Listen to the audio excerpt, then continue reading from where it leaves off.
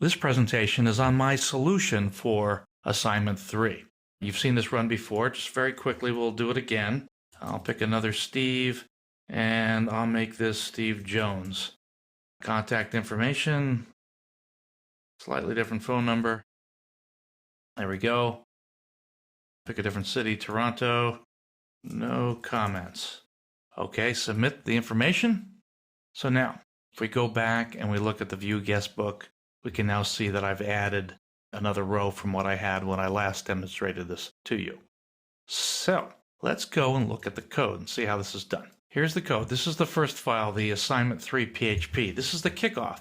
This is very much like the HTML file we had for assignment 2 that kicked things off. However, to make this a little bit different, have this city information here, city where you want to reside. Instead of just typing in the select list, I began the city select list and I put the option, that's the hyphen right at the beginning, just so the user needs to make a selection. But now I have a PHP block of code, the beginning and ending, and it gets the root. Remember how we have to get the document.root so we know where to find our file. And then I appended on there the document root, data / so it's one directory down or one folder down from the root, and then I called it cities.txt. There we go. There's the list of cities: Chicago, Detroit, Toronto, and Los Angeles. Back to the code. So I'm building the file name to be used.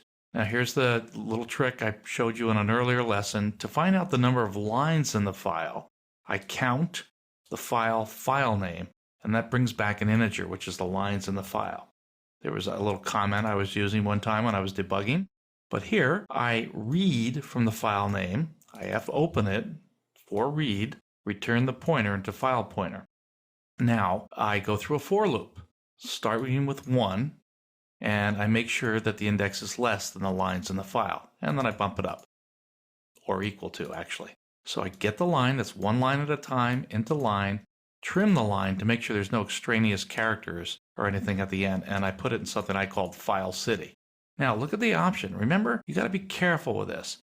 Here is one part of the string, and I have a double quote on the inside of this. This double quote is part of the string. It's not a string delimiter here. And then I append with a dot to the file city. Now I'm just storing Chicago, Toronto, or whatever in this value. I'm not putting the number there, but I want to display the number to the user. So let's see it. So I append. Now again, that's another string. Notice how there's 2 dots on either side of it. This is a string by itself, delimited by single quotes.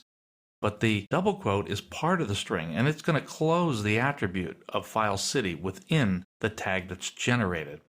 And we can always go back and look at that, actually.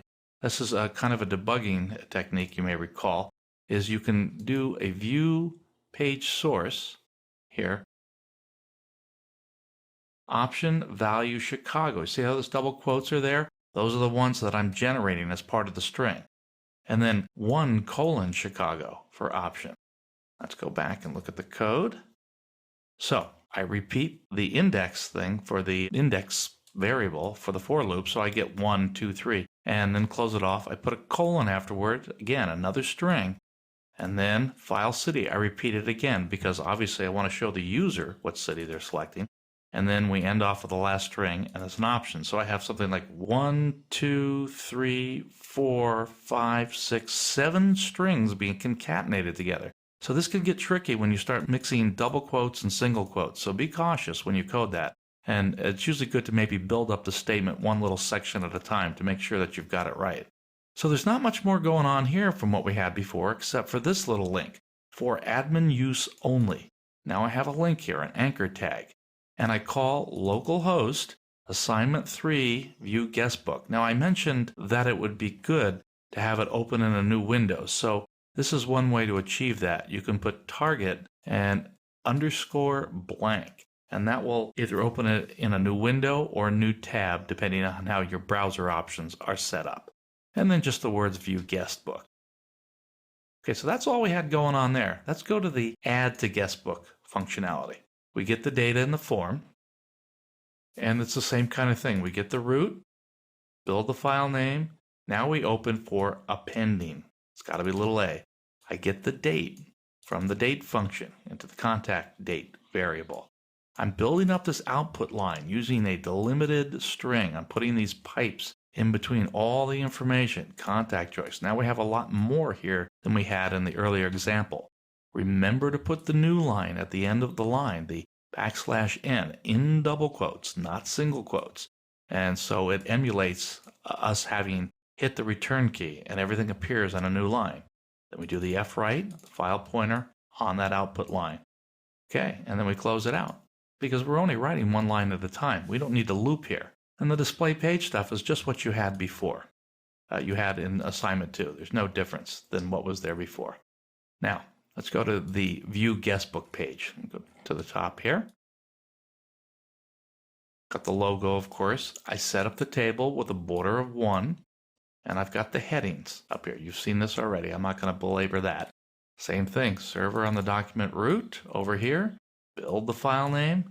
This time the file name is guestbook.txt as it was when we wrote it. Now here I'm going to check to see if the file exists. This is actually a good habit to get into. This is a function I have not shown you yet. File _exists, and you look at the file name. Before you try to read from a file, check to see whether it exists. If we look at this curly brace, I'm going to go all the way down here before I get to the else. And the else was, there are no names in the guestbook. And when I first illustrated this to you, when I was explaining the assignment in the last lesson, we saw that run. So now, go down to the code. Now, I have to set up some blank displays, or I set up a variable that's a blank display and a line counter of 0. I actually showed you that in the debugging section, that needed to be initialized. Let's go back, open for read, and again, we get a line. We know there's a file because we're in the area that says the file exists. So we read it. If we get to the end of the file, we break out of there and we're done. Bump up the line counter. This line counter is used for this little routine that we use to change the style and the background color, to alternate it. Now look at this. Here's the list. When I showed you the earlier lesson, we just did 2 names, but here we've got a whole big long list where we're exploding on the line, looking for the delimiter, the pipe. Going down, now I have the style, the display styles, just opening the cell, new cells. But down here, I said if empty comments, I didn't get a chance to illustrate this, but if the comments are empty, people don't fill them in, I'm putting in this symbol. This whole thing is a non-breaking space. Otherwise, the table, the output table, can look a little funny. It won't look like it's bordered properly unless you put something in there. So you put a non-breaking space, ampersand NBSP semicolon in there, and it makes the form cell look appropriate. So that's a little trick. And we close out the file.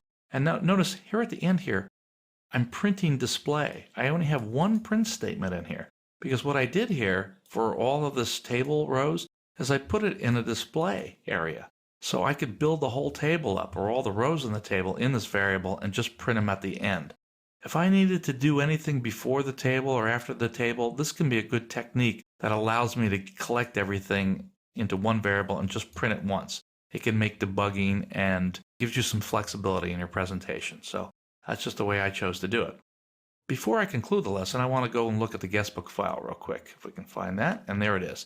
You can see I have all these delimited by pipes.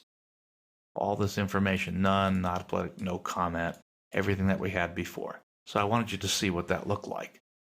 This concludes my solution for assignment 3.